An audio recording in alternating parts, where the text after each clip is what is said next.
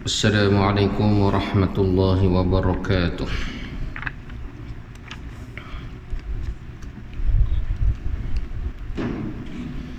Bismillahirrahmanirrahim. Alhamdulillahi rabbil alamin.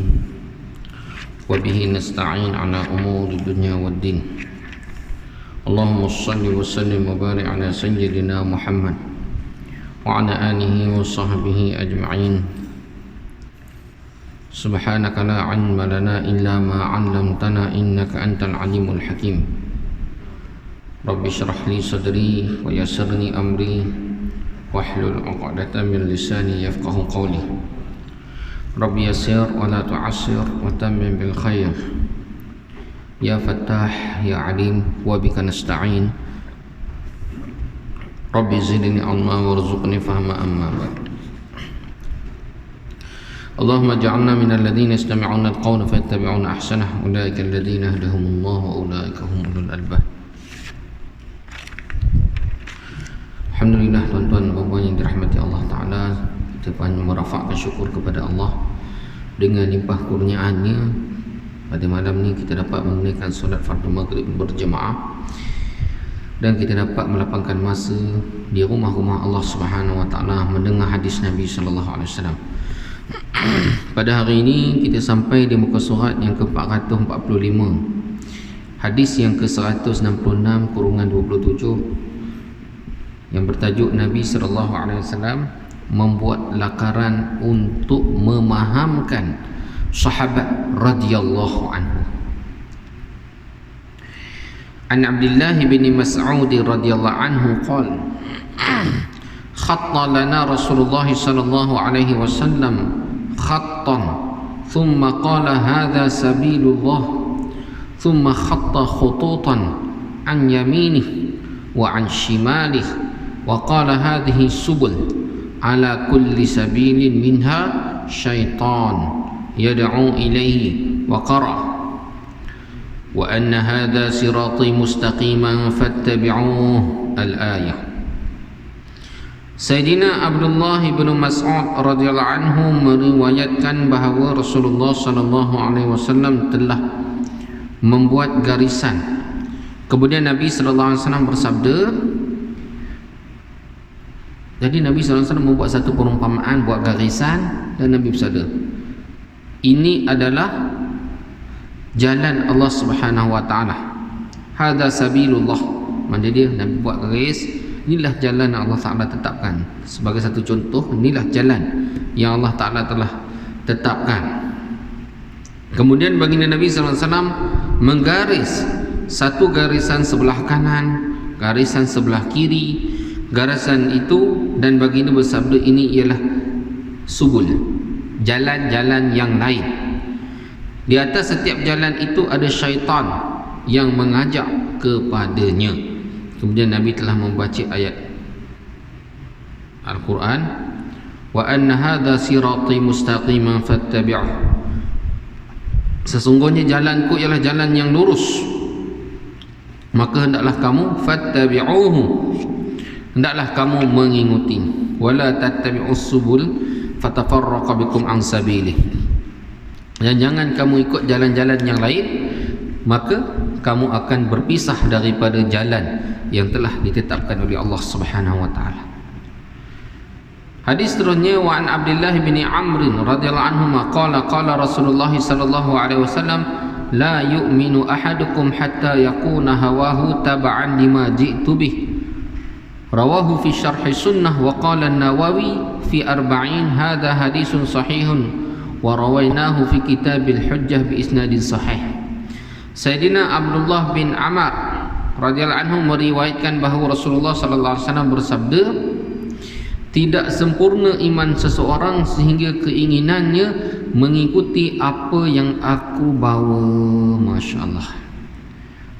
Pengertian hadis ni cukup dalam, tuan-tuan. Nampak simpul hadis ni. Tak sempurna iman sehingga keinginannya ataupun hawa nafsunya tunduk ikut apa yang Nabi sallallahu alaihi wasallam bawa, barulah iman itu sempurna. Tapi masalah dia, Nak ikut apa yang Nabi sallallahu alaihi wasallam bawa, itu yang susah sebenarnya. Sebab apa? Berbagai-bagai sebab. Kurangnya keyakinan terhadap janji Allah, janji Nabi sallallahu alaihi wasallam. Inilah bila tak ada yakin, masalah dia yakin. Bila kurangnya yakin, tidak ada yakin, maka satu orang tu susah dia nak taat perintah Allah, susah nak ikut sunnah Nabi sallallahu alaihi wasallam apabila tidak ada yakin. Tuan-tuan yang dirahmati Allah Subhanahu wa taala, yakin iman ni, tahap iman ni ada, kata ulama ada 5 tingkatan. Yang pertama sekali taklid, iman taklid. Taklid ni makna dia ni jenis tak mengaji tapi dia punya iman tu, keyakinan terhadap Allah, keyakinan terhadap sifat-sifat Allah Subhanahu wa taala. Taklid mana dia, macam mana ustaz-ustaz, ulama-ulama, orang yang mengaji, macam mana dalam kitab Ahli Sunnah wal Jamaah, macam itulah iman saya. Tapi mengajinya tidak. Ni dipanggil iman taklid. Kata ulama, iman taklid ni iman dia masih lagi dikira sah, tetapi perbuatan tu berdosa.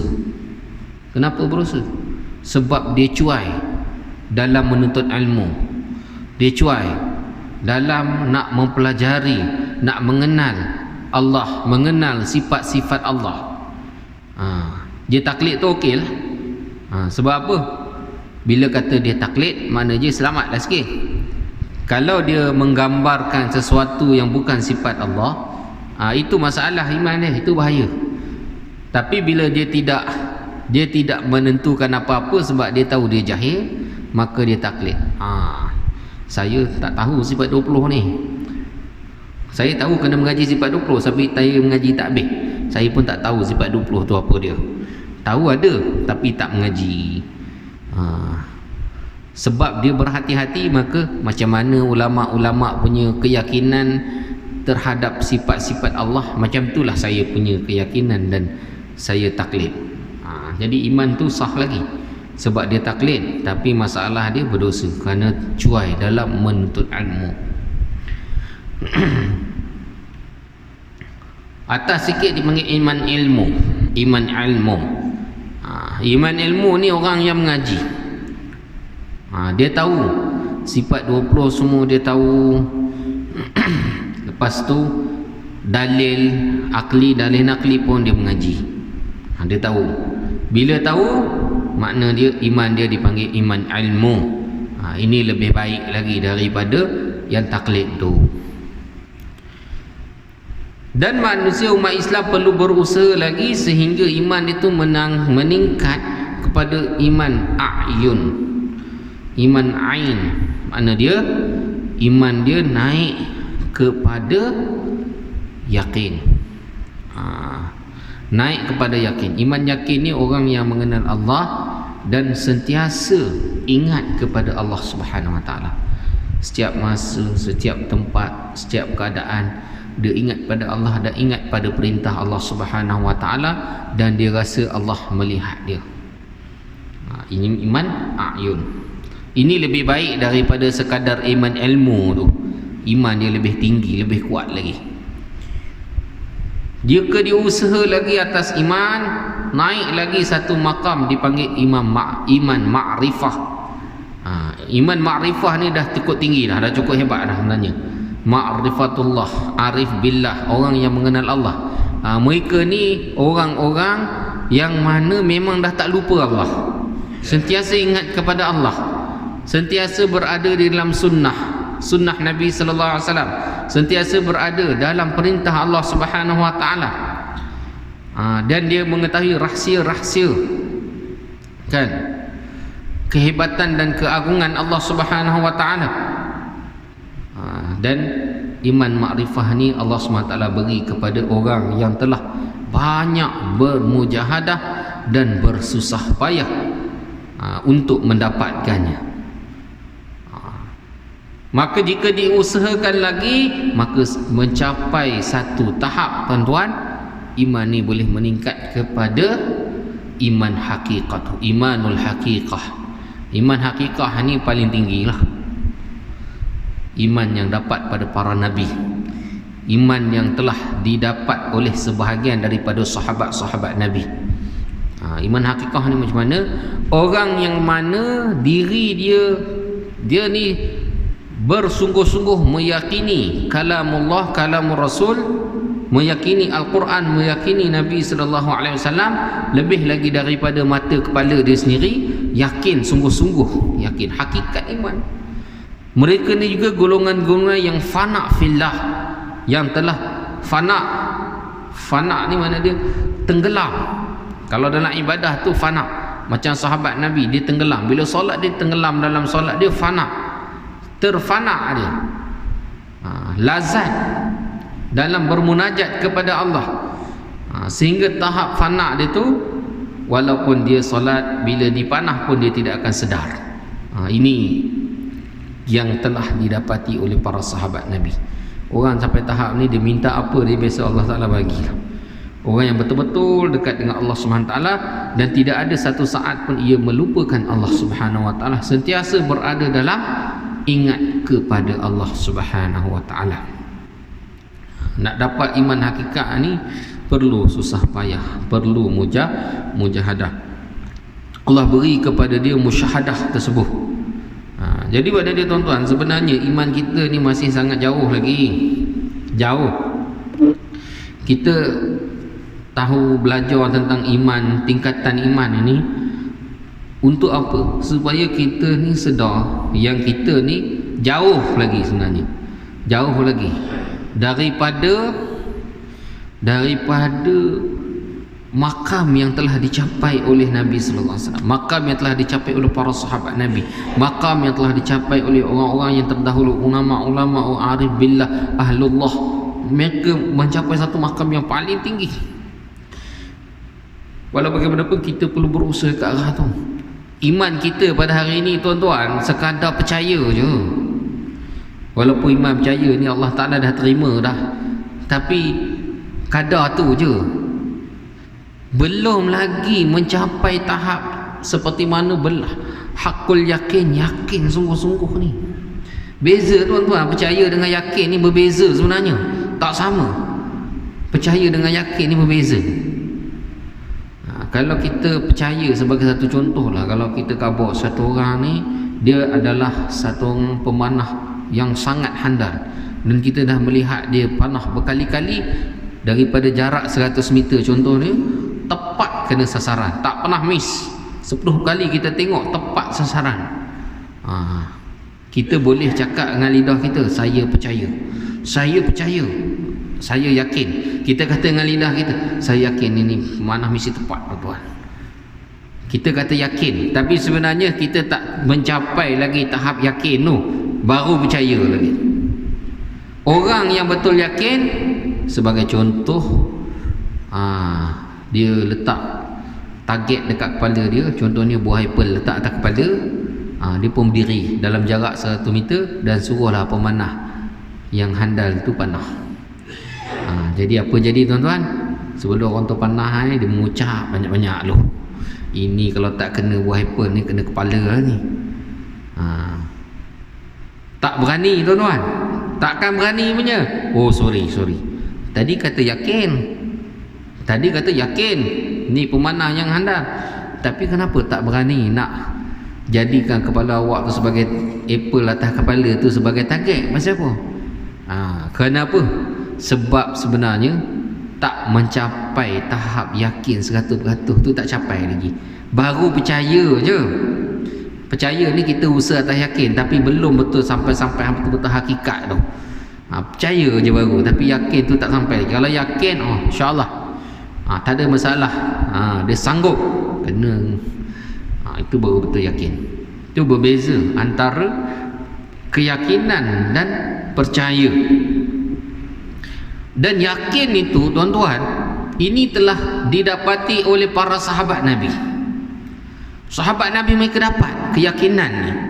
Sebab itu sahabat Nabi ni, apa yang Nabi sallallahu alaihi wasallam bagi tahu, apa yang Allah Taala bagi tahu, dia yakin 100%. Sehingga apa yang mata kepala dia lihat pun dia boleh nafikan, tapi yang Nabi bagi tahu ni lebih lagi dia yakin. Dia lebih lagi dia yakin. Ini keadaan para sahabat Nabi. Apa yang akal, logik akal kata dengan apa yang Nabi bagi tahu, yang Nabi bagi tahu ni dia yakin. Datang kisah Isra Mi'raj, akal logik kata mustahil, tapi yakin.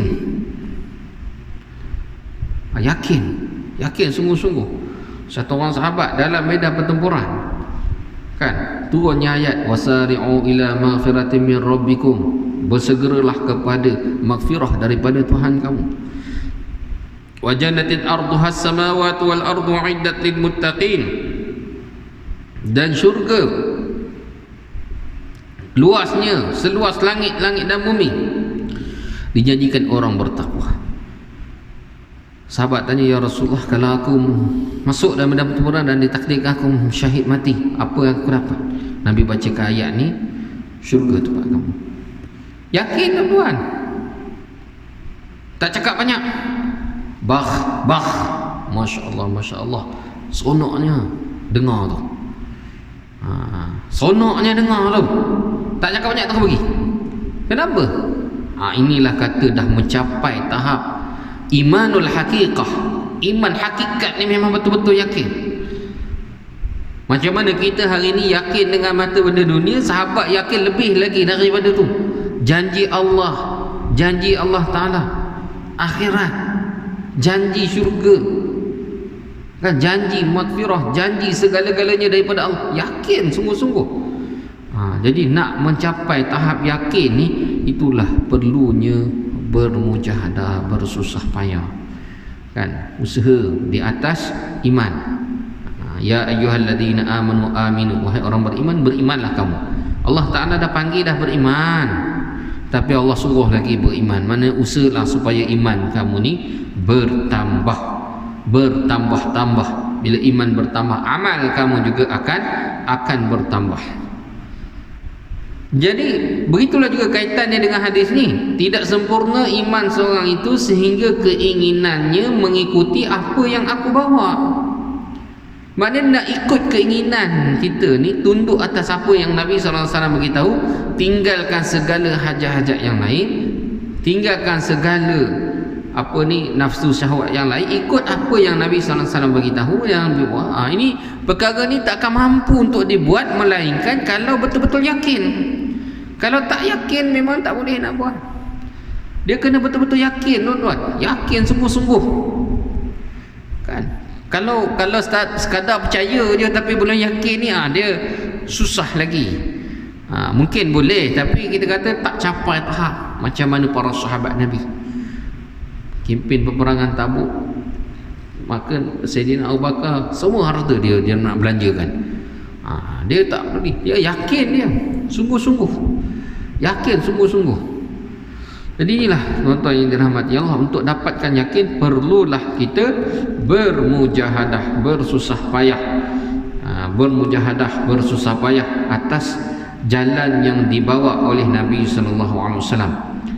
Antara jalan bersusah payah dan bermujahadah atas jalan dibawa oleh Nabi ialah jalan kita nak berjihad dan nak menyeru manusia, bawa seluruh manusia kepada perintah-perintah Allah, bawa manusia kepada Allah, kan. Inilah jalan yang dibawa oleh Nabi.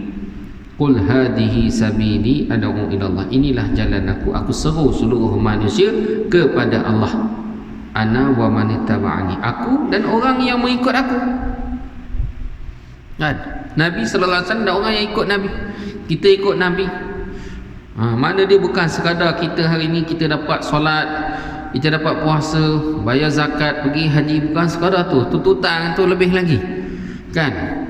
Perlu kita membantu dan berjuang untuk menyebarkan agama Allah, meninggikan kalimah Allah, berjuang atas nama Islam. Perlu berjuang, perlu berdakwah, perlu mengajak manusia kepada Allah. Inilah yang kita kata jalan yang dibawa oleh Rasulullah sallallahu alaihi wasallam.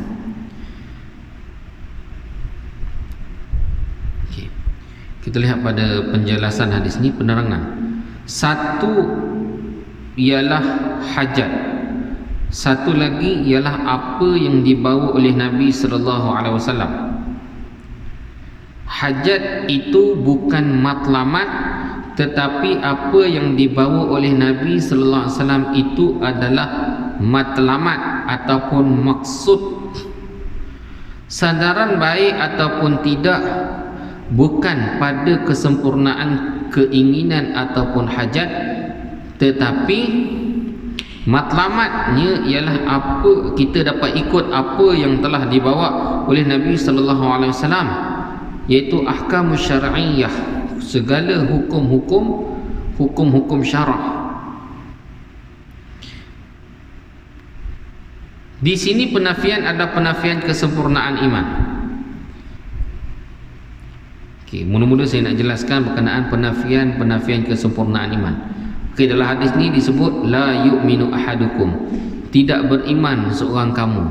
Makna dia menafikan. Nabi kata tidak beriman seorang kamu. Maksud tidak beriman tu ialah tidak sempurna iman seseorang kamu. Bukan tak ada iman. Kalau tak ada iman langsung, makna dia dah keluar daripada Islam lah, kalau tak ada iman. Tapi Nabi beritahu tidak sempurna keimanan. Ni yang dikatakan menafikan keimanan, maksudnya menafikan sempurnanya iman. Iman sempurna apabila hawa nafsu dapat tunduk, ataupun keinginan dapat tunduk atas apa yang Nabi sallallahu alaihi wasallam bawa, dapat tunduk, barulah sempurnanya iman. Kalau kata dia ni masih orang Islam, masih beriman lagi,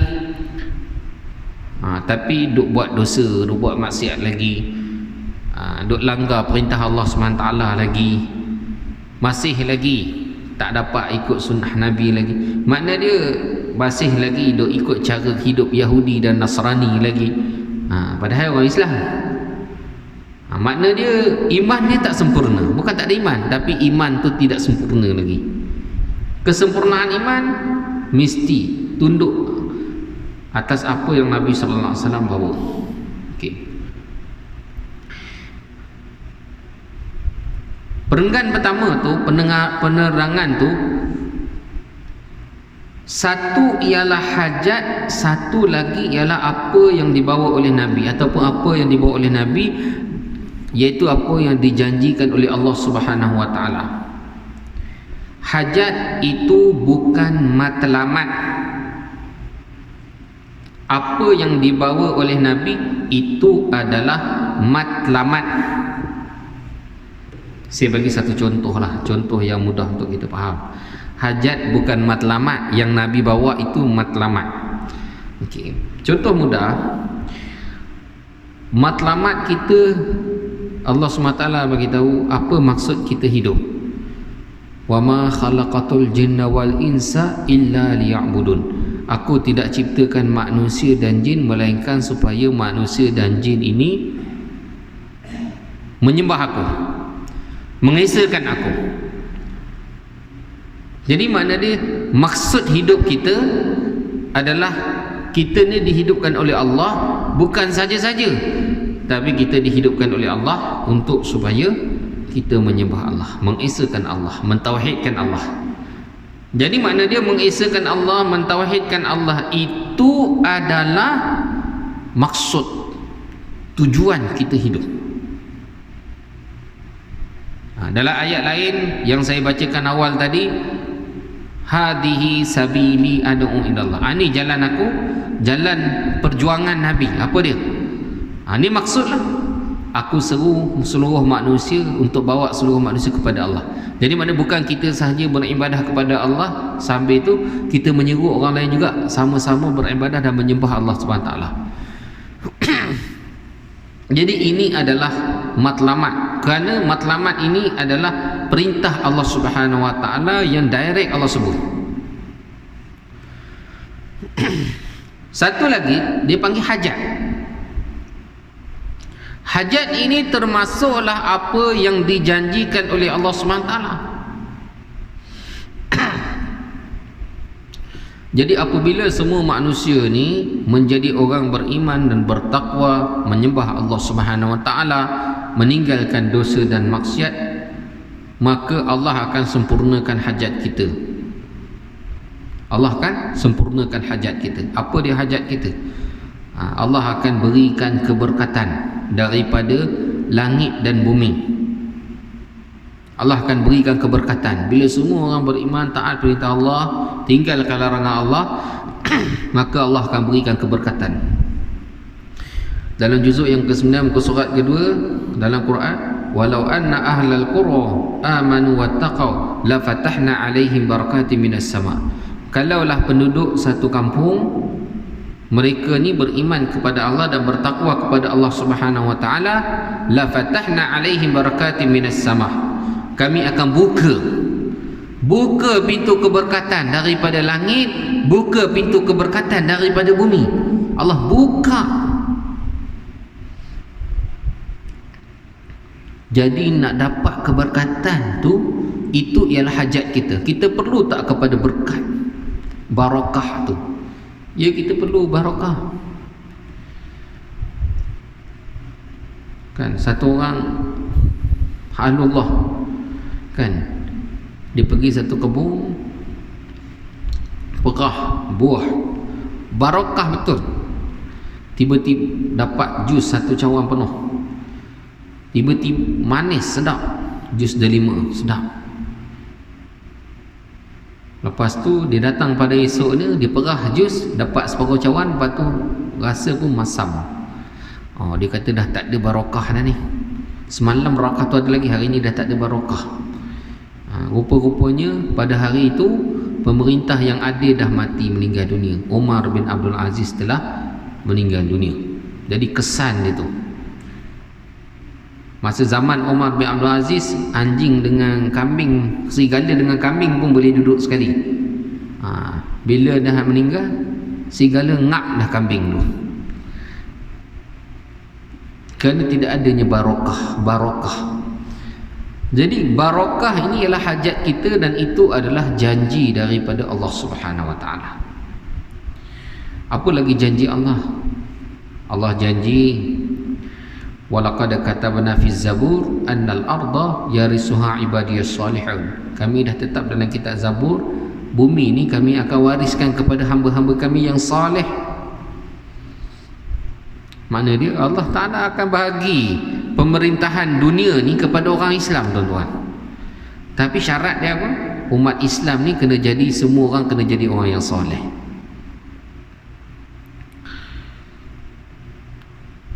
Dalam ayat yang lain, wa'adallahu alladhina amanu minkum wa 'amilus solihat la yastakhlifannahum fil ardi kama stakhlafal ladina min qablihim. Allah menjanjikan kepada orang beriman daripada kalangan kamu dan orang beriman dan beramal saleh, la yastakhlifannahum fil ard, menjadikan kamu ni khalifah, pemerintah di muka bumi, seperti mana orang yang sebelum kamu telah dilantik menjadi khalifah. Allah janji Allah, semua janji Allah ni merupakan hajat kita lah, tuan-tuan, merupakan hajat kita. Siapa tak nak pemerintahan orang Islam? Umat Islam berkuasa di muka bumi, siapa tak mahu? Semua nak. Bukan dalam negara, dalam negeri je, tuan-tuan, satu dunia kita nak. Biar pemerintahan ni dah sistem khalifah tu lagi bagus. Sistem khalifah biar macam tu. Khalifah ni apa? Satu orang pemerintah umat Islam, dia memerintah seluruh negara-negara umat Islam, empire Islam, seperti mana berlaku di zaman dulu. Jadi setiap negara umat Islam seolah-olah jadi macam negeri. Diperintah oleh satu orang khalifah. Ada ibu kota dia, itu dia panggil empire Islam. Suku dunia, separuh dunia orang Islam perintah, barulah umat Islam kuat. Allah janji akan beri, tapi syarat dia apa? Amanu minkum wa amilus solihat. Iman, amal soleh, itu syarat. Jadi syarat itu menyembah Allah, menjadi orang yang taat kepada Allah, menjadi orang yang bertakwa. Umat Islam perlu menjadi orang yang bertakwa. Umat Islam perlu menyembah Allah Subhanahu wa taala. Umat Islam perlu menjadi orang yang betul-betul bertakwa. Umat Islam perlu menjadi orang-orang yang benar beriman dan beramal saleh. Ini semua Allah SWT mengatakan itu adalah matlamat. Kerana itu yang Nabi SAW bawa kepada kita dan suruh kita buat. Itu matlamat. Bukan kita saja, seluruh umat Islam. Jadi hajat itu bukan matlamat, tetapi apa yang Nabi bawa itulah matlamat kita. Hajat itu ialah mau'ud. Mau'ud ni makna dia perkara yang dijanjikan oleh Allah Subhanahu taala. Tapi bila kita sibuk dengan mau'ud, benda yang dijanjikan oleh Allah, kita lupa matlamat kita. Kan? Lupa matlamat kita, bertakwa kepada Allah, beriman dan bertakwa. Kan? Sekarang tiap-tiap minggu khutbah kedua, mimbar pesan tiap-tiap minggu. Kan? Suruh mengundi pilih pemerintahan Islam. Dan ya, itu kita nak dituntut oleh Islam, tuan-tuan. Tapi yang lebih penting sekali ialah matlamat tu. Itu tak nafikan perlu, benda tu perlu. Kita nak pemerintah umat Islam, itu perlu, kita tak nafikan perkara tu. Tapi yang lebih penting tu matlamat tu. Matlamat tu penting. Matlamat apa? Orang Islam kena jadi orang yang benar-benar beriman, bertakwa, umat yang saleh, umat yang melaksanakan semua perintah Allah. Jadi kalau pada hari ini, tuan-tuan, yang datang semayang ni baru 10%, 20%, 5%, tak capai lagi dah. Kan? Kita seru, tuan-tuan, doa banyak-banyak, tuan-tuan. Sekurang-kurangnya pada hari ini semua umat Islam datang, penuhkan masjid, datang ke masjid. Sekarang ni dah dibenarkan untuk solat di masjid, datang. Tapi ada lagi 8 bulan, 9 bulan tak datang masjid, tuan-tuan. Semayang Jumaat pun tak datang. Ada. Kita buat kiraan cara kasar je. Kalau dulu masjid penuh sampai ke belakang, 1-2 saf nak penuh masjid, sekali dengan beranda penuh. Tapi bila dah solat jarak, lebihlah sikit, beranda kaki 5, belakang tu makanlah 5 saf ke, kan. Tapi kalau yang sebelum PKP tu semua datang, saya yakin, tuan-tuan, bukan saja kat belakang beranda, parking semua penuh. Sepatutnya macam tu. Sebab dah dibenarkan datang, marilah datang. Sebab jumlah yang datang semayang Jumaat, tuan-tuan, kalau kata kita tak payah buat jarak, semua rapat balik. Saya ingatlah penuh ruangan tengah ni, anggaran saya lah, dalam 800 orang. Jadi mana lagi separuh? Jadi amanu wattaqau tu penting, beriman dan bertakwa. Jadi di sini kita faham konteks yang diberitahu oleh pengarang ni. Satu, hajat kita, apa yang kita hajat. Allah juga janji hajat kita pemerintahan kepada umat Islam. Apa lagi? Keberkatan langit dan bumi Allah nak beri pada orang Islam, macam-macam hajat. Tapi hajat ni sebenarnya itu bukan maksud utama. Maksud utama kita menjadi hamba Allah Subhanahu taala yang beriman dan beramal soleh. Umat Islam menjadi orang yang bertakwa kepada Allah Subhanahu wa taala. Itu matlamat kita sebenar. Kita faham, kita Allah Taala hidupkan kita di dunia ni adalah untuk menyembah Allah. Wa ma khalaqatul jinna wal insa illa liya'budun. Itu matlamat. Sebab itu sandaran yang baik ataupun tak baik bukan pada kesempurnaannya keinginan dan hajat semata-mata. Bukan itu saja, tapi kita lihat bagaimana matlamat dia sebenarnya.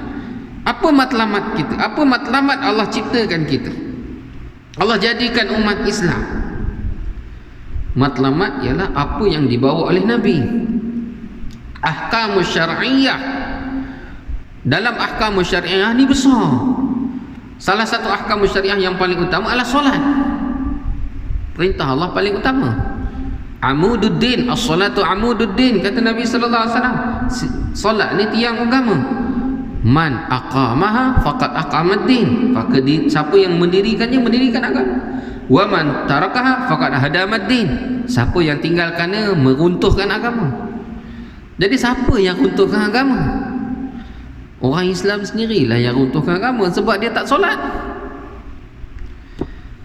Sebab itulah didikan agama perlu diterapkan kepada umat Islam daripada kanak-kanak lagi. Didikan agama itu penting. Daripada segi akidah, semua orang percaya tapi kurangnya dari segi amalan. Kenapa kurang? Sebab kurangnya keyakinan terhadap janji Allah. Kalau sekadar percaya tapi amalan tak ada, maka ni dipanggil fasik, apa yang dibawa oleh Nabi sallallahu alaihi wasallam. Jika maksudnya semua itu ahkam, aqaid makna dia akidah. Ini plural kepada akidah. Dia punya plural dia aqaid, jamak dia aqaid. Ahkam adalah plural kepada hukum Allah, akidah yang betul. Maksudnya semua itu adalah hukum-hukum Allah dan akidah. Maka penafian dia ialah penafian aslul iman, iaitu tiada iman. Di sini pengarang nak menjelaskan tentang la yu'minu ahadukum, menafikan. Jumhur ulama mengatakan maksud la yu'minu ahadukum ialah tidak sempurna iman seorang kamu sehingga hawa nafsu tunduk atas apa agama yang aku bawa. Tapi kalau maksud agama yang aku bawa tu adalah akidah yang menjadi satu kemestian bagi setiap orang Islam, hukum hakam terutamanya solat yang menjadi satu kewajipan atas orang Islam. Sampai solat pun tak dapat, sampai kita kata apa, nak menafikan hukum Allah sampai tahap macam tu, maka iman dia boleh terbatal. Maka penafian aslul iman, asal iman maknanya aslul iman, penafian hakikat iman, iaitu tiada iman langsung. Kalau tak ada iman maksudnya keluar daripada Islam. Apabila menafikan hukum-hukum Allah, menafikan akidah yang betul, akidah yang sahih. Sebab itulah berbeza antara orang yang tidak dapat melakukan amal dengan orang yang menafikan, tidak dapat melakukan ahkamullah, hukum-hukum Allah, dengan orang yang menafikan hukum-hukum Allah. Orang yang menafikan hukum Allah batal imannya. Tapi orang yang tidak menafikan hukum Allah tetapi dia tidak mampu untuk mengamalkannya, tak mampu untuk amal, tapi dia tak nafikan, maka dia orang fasik, orang Islam yang buat dosa besar. Kalau satu orang Islam yang mana dia menafikan hukum tu terus, ini paling bahaya sekali, kerana ia boleh menafikan aslul iman. Iman tu boleh batal. Contohnya dia kata hukum hudud ni mana ada dalam Quran, menghina hukum Allah Ta'ala. Ataupun dia kata ini solat ni mana wajib. Itu kalau sampai tahap macam tu, batal iman, keluar daripada Islam, tuan-tuan. Itu bahaya. Tapi kalau satu orang tu dia mengaku hukum Allah, ia betul semua hukum Allah, percaya terima semua hukum Allah, tapi tak mampu nak diamalkan, tak mampu, maka dia adalah muslim asi, orang Islam yang melakukan maksiat, dosa besar, ataupun orang dipanggil fasik. Jadi asas dakwah ni menyeru manusia kepada Allah.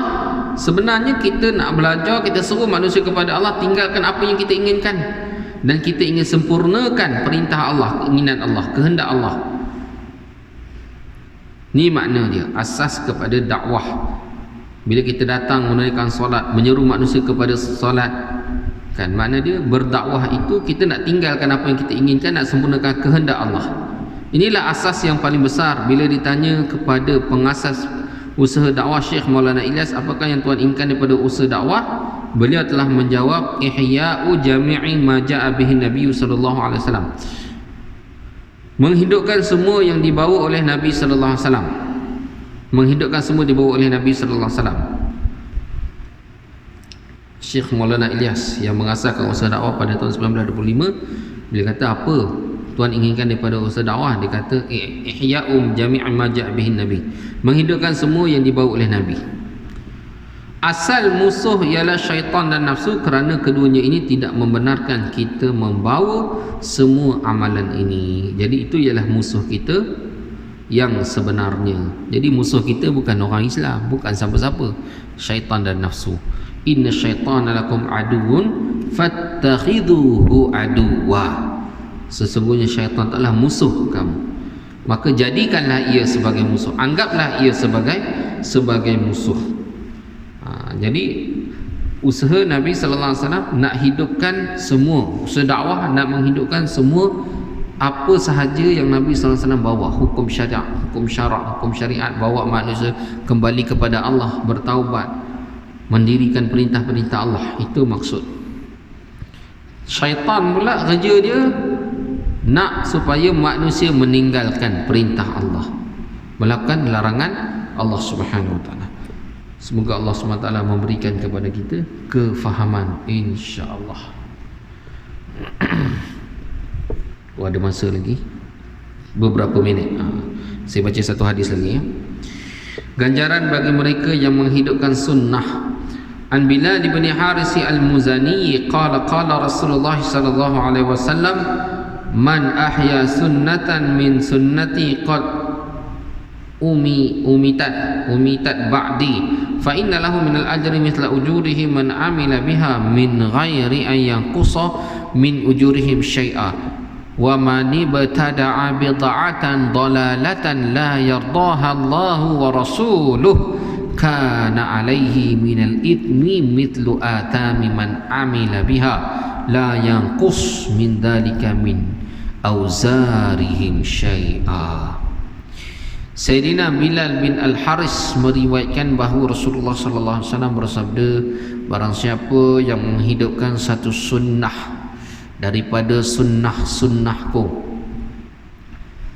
yang telah ditinggalkan selepas daripada kewafatanku, kematianku, maka baginya ganjaran sama seperti ganjaran-ganjaran orang yang mengamalkannya tanpa mengurangkan ganjaran mereka sedikit pun. Dan barang siapa melakukan satu bid'ah yang sesat, yang Allah SWT Rasulnya tidak meredainya, baginya dosa sama seperti dosa-dosa orang yang mengamalkannya, tidak kurang dosanya sedikit pun daripada dosa mereka. Hadis yang jelas tentang amal jariah, dan juga satu lagi maksiat jariah. Jadi jangan ingat amal baik dia ada jariahnya, amal buruk pun maksiat jariah pun ada. Jariah ni maksud dia benda yang sentiasa mengalir, makna jariah, perkara yang sentiasa berjalan, yang sentiasa mengalir. Kan satu orang contohnya lah, dia wakafkan duit untuk buat masjid, dia buat masjid, selagi mana ada orang datang buat ibadat semua, jadi pahala dia tu mengalir je. Satu orang je menyumbang, beri sumbangan untuk tahfiz contoh ni, selagi mana ada pelajar duduk baca Quran, buat ibadat, maka pahala dia tu mengalir, dia tak henti-henti. Ni amal jariah, makna amal jariah. Tapi maksiat kenapa? Kerana dia menjadi orang yang menunjukkan, memudahkan, mengajak kepada perkara tersebut. Satu lagi maksiat jariah. Maksiat jariah ni orang yang memulakan sesuatu amalan yang berdosa. Satu amalan yang berdosa, lepas dia buat tu, asalnya benda tu tak ada, lepas tu dia buka, dia buat, orang lain ikut, dan benda tu berterusan. Allahu Akbar. Maka itu dipanggil maksiat jariah. Maksiat jariah. Orang kata kita ni tuan-tuan, nak tanggung dosa kita pun kita tak sanggup dekat akhirat nanti, apa lagi nak tanggung dosa orang lain, kan? apa lagi nak tanggung dosa orang lain. Sebab tu ada hadis yang lain menjelaskan, hendaklah kamu menjadi abwabul khair. Kamu perlu menjadi abwabul khair. Abwabul khair ni menjadi pintu-pintu kebaikan. Maknanya bila satu kebaikan tu nak dimulakan, kita menjadi pintunya. Kita menjadi orang yang dimuliakan oleh Allah untuk membuka kepada kebaikan tersebut. Pintu kebaikan, abwabul khair. Dan kamu jangan menjadi abwabul syarr. Jangan jadi pintu-pintu kejahatan. Pintu kejahatan ni cukup bahaya. Kalau dia buat maksiat dosa seorang-seorang, dia tahan lagi. Dia dosa dia seorang-seorang. Seorang-seorang dia menanggung dosa dia. Tapi kalau dia buat dosa, dia ajak orang lain, orang ikut, itu bahaya. Pasal apa? Dia tak tanggung satu dosa, banyak dosa lagi dia tanggung. Berat tuan-tuan. Jadi lebih baik menjadi abwabul khair, menjadi orang yang memimpin, menghidupkan sesuatu kebaikan. Siapa menghidupkan satu sunnah daripada sunnah-sunnahku yang telah ditinggalkan setelah kewafatan, baginya ganjaran sama seperti ganjaran orang yang mengamalkannya tanpa mengurangkan. Ni selalu Nabi bagi tahu, tanpa mengurangkan ganjaran mereka pun sedikit pun. Orang buat ni dia dapat. Daripada hadis ni juga kita dapat faham bagaimana fikir risau bimbang Nabi sallallahu alaihi wasallam bahawasanya agama ni perlu hidup sampai hari kiamat. Pesanan hadis Nabi ialah pesanan Nabi. Pesanan Nabi menggambarkan fikir kerisauan Rasulullah sallallahu alaihi wasallam. Apa yang Nabi bagi dia risaukan itu, Rasulullah akan menyampaikannya, akan menyampaikan fikir tersebut. Jadi di sini menghidupkan satu sunnah daripada sunnah aku yang telah ditinggalkan setelah kewafatan. Jadi Nabi kaitkan setelah kewafatan aku. Kenapa Nabi kaitkan lepas kewafatan Nabi? Sebab Nabi punya fikir ni, nak agama ni hidup, lepas aku wafat pun agama ni kena hidup. Sampai hari kiamat ni agama kena hidup. Sebab itulah Rasulullah begitu, lepas wafat aku mungkin orang dah tak nak, orang dah makin jauh dengan agama. Tetapi ada di kalangan umat Islam telah bangun nak hidupkan sesuatu amalan, satu fikir, nak hidupkan amalan orang Islam, nak hidup, bangun, berjuang, berjihad untuk perkara tersebut. Maka Nabi SAW beritahu ganjaran dia dapat. Semualah apa sahaja, kan? Kita menyumbang untuk masjid, contoh ni kan, segala program-program masjid semua dapat dalam akaun kita, kan? Beri orang makan, semua kita dapat, kerana kita menjadi orang yang memulakan dan mengajak untuk buat perkara tersebut. Wallahu a'lam. Semoga Allah memberi taufik dan hidayah kepada kita, kita dapat faham, amal dan sampaikan insya-Allah.